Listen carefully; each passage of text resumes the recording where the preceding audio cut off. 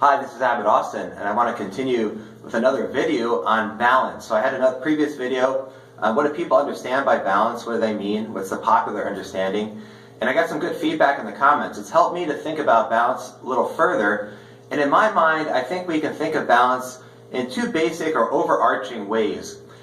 In both cases, there's a certain understanding of balance as a skill, so I wrote that here. We might also say a virtue, right? So balance is a skill or virtue. I think that's going on often in either approach or understanding of balance. So here, if someone says to you, you need to learn balance, I would understand that to mean I need to learn the skill, the ability, the virtue by which I remain balanced, right? But there's two different things going on often. So here's the first one, I think. I think sometimes people also speak of balance as a kind of a state, an ideal state or condition. So, for example, being level-headed.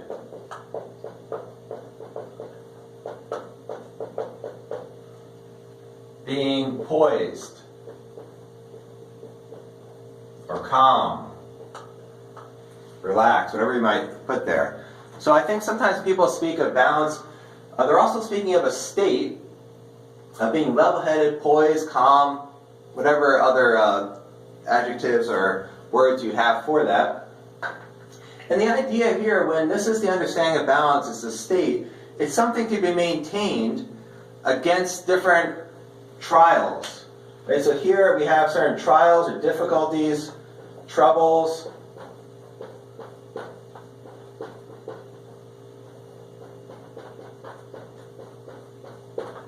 Sorry, a technical error cut off a bit of the video, so here's what it was said in the missing piece of video. Again, trials, troubles, and difficulties, they can disturb the state of being balanced. That is, they can destroy one's level-headedness, poise, or calm. So turning to balance now as a skill, what skill is needed to maintain the state of balance? In one comment, someone shared with me an old lecture to medical students.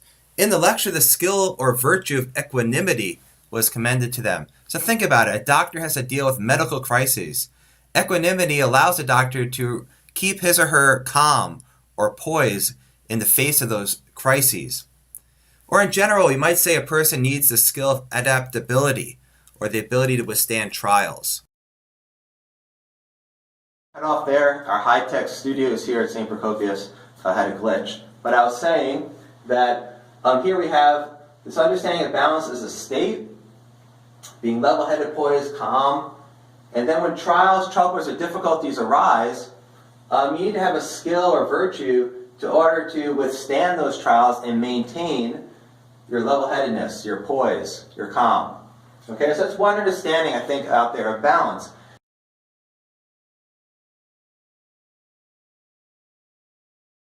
There is a parallel in the monastic tradition. So here I want to move now towards how do monks understand, or how has the monastic tradition understood balance. So there is a parallel to this in the monastic tradition. You have things like, in the Greek monastic tradition, apatheia, this impassibility, right? So if you have apatheia, this skill, what's going on? You have the ability to withstand different trials and troubles, right? And then you can maintain your kind of level-headedness, your poise, your calm. Often we would, St. Benedict especially, would speak of it as peace. It's the peace of Christ. It's remaining rooted in His peace. So apatheia, in the monastic tradition, would be the ability to withstand all the different trials and troubles, especially arising through our emotional or passionate part of the soul, and then maintaining this peace, this level-headedness. And this peace would be understood as being mindful of God and rooted in God. So think too of the scripture passage in the gospel when Jesus at the end of the Sermon on the Mount speaks about being able to withstand the storm, being a house built either on sand, not good, or a house built on rock, on the words of Christ, the words of God, the stability that provides. So that's the skill of being rooted in God in order to withstand the different trials and storms of life and maintain your peace. Doesn't mean you don't suffer, just means you remain kind of the inner calm and serenity and the ability to deal with the troubles. And this term anathema became somewhat controversial. Another way of speaking about it is purity of heart. In general, in the Christian tradition, there's this understanding that if you're in your soul and your mind were subject to God, then your emotions and passions would be subject to your mind or soul. So that all these different disturbances that would arise, you'd be able to govern yourself wisely through it all. Because you were subject to God, your emotions and passions would remain subject to your mind and good reason. So that's a general idea that's found in the monastic tradition. Saint Benedict speaks about this. I think it's one of the steps of humility. I should have looked it up, but he talks about being able to withstand and endure under different trials and hardships. So having that ability, I want to say it's the fourth step of humility, but you can correct me in the comment box. Maintains that peace and endurance, keeping on, maintaining, living the good, virtuous life as God wants us to do. So that's one understanding of balance that's out there, and it's found in our monastic tradition as well.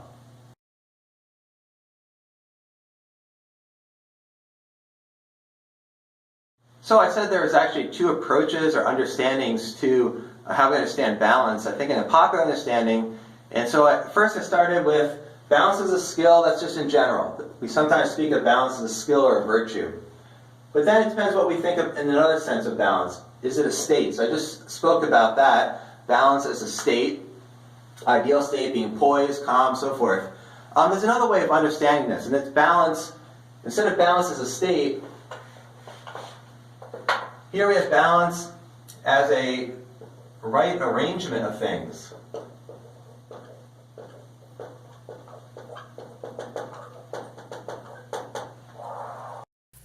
It happened again. A segment of video was lost. So here's what was in it. We're talking now about balance as a right arrangement. The idea is that there are different things that are essential or needed in life. Balance entails arranging these things in the proper proportion so that you can live well. So an example here would be a balanced diet, which I mentioned in my previous video. A diet is balanced because it has a proper arrangement of all the nutrients that are essential. Another example would be to think of work-life balance. In response to my first video, someone sent me an article about this. The idea is that work is necessary, but so are other things such as family, recreation, sleep, and so on. Work-life balance entails arranging all these things in the right way so that one can live a good life. We can also think here of emotional balance. The different emotions have their proper places. And so, in a sense, they're all necessary. To be emotionally balanced, then, means that you have the emotions properly arranged. Now, when I get back to the video part, it resumes. I've begun to mention what disturbs the right arrangement of essentials.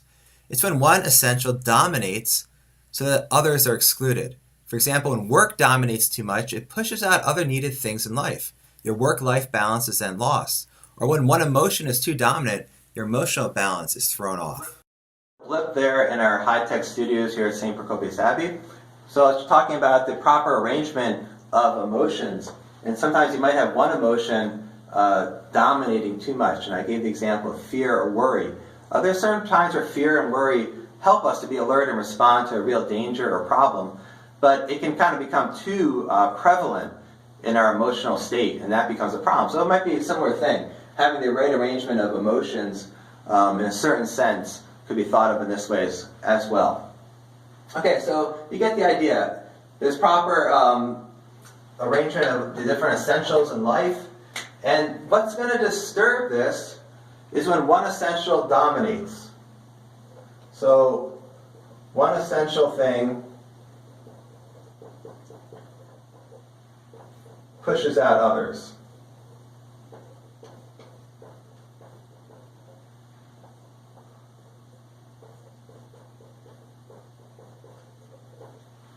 Okay, so this becomes a problem. Emotions, one emotion, worry, pushing out other emotions, so to speak. Work, often it's going to become too dominant, pushing out the other essentials of life. In a balanced diet, if you're eating too much carbs, it might push out other things you should be eating as well, whatever it might be. Okay, so that's the threat here to balance. So then what is the skill? What's the skill we're going to need in order to maintain this right arrangement? Right, so here it's really a matter of knowledge. and especially a practical knowledge. So you might speak of it as prudence, good judgment, right judgment. That's going to be able to have you see these things and make the right arrangement of them.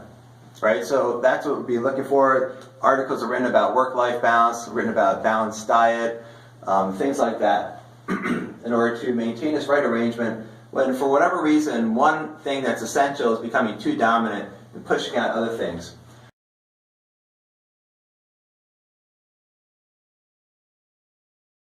Okay, so is this found in the monastic tradition? Yes. This is also a notion of balance that's out there in the monastic tradition. And in the monastic tradition, there's different ways of saying this, but I want to point out two especially. One is pray and work, ora et labora, right? So those are two essential things in our lives that need to be arranged properly, prayer and work. As part of the monastic life, it's a Benedictine motto. But another thing too is religious observance.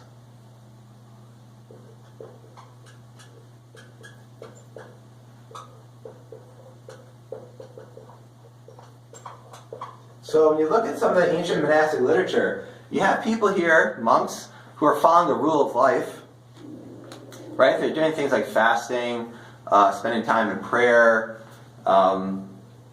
attending common prayer, praying the Psalms, all these different things that are part of their observance. And then the question becomes, what's excessive? Right? Just like work can push out other things and become unhealthy, so there's a certain sense in which the religious observance of monks can get excessive, and then you don't have proper balance. Right? So religious observance is proper and crucial, but certain observance, again, a little technical glitch there. So speaking of religious observance, certain religious observances can become too dominant, if you will, practice in excess. So if you fast too much, your health is destroyed. If you do too many vigils, staying awake in vigil, in prayer, and don't get enough sleep, then your essential part of your life, sleep, could be compromised, and that's not truly balanced. So we find this idea in the monastic tradition as well. What is needed for that? Well, it is knowledge and prudence. But in the monastic tradition, it is often spoken of as discretion.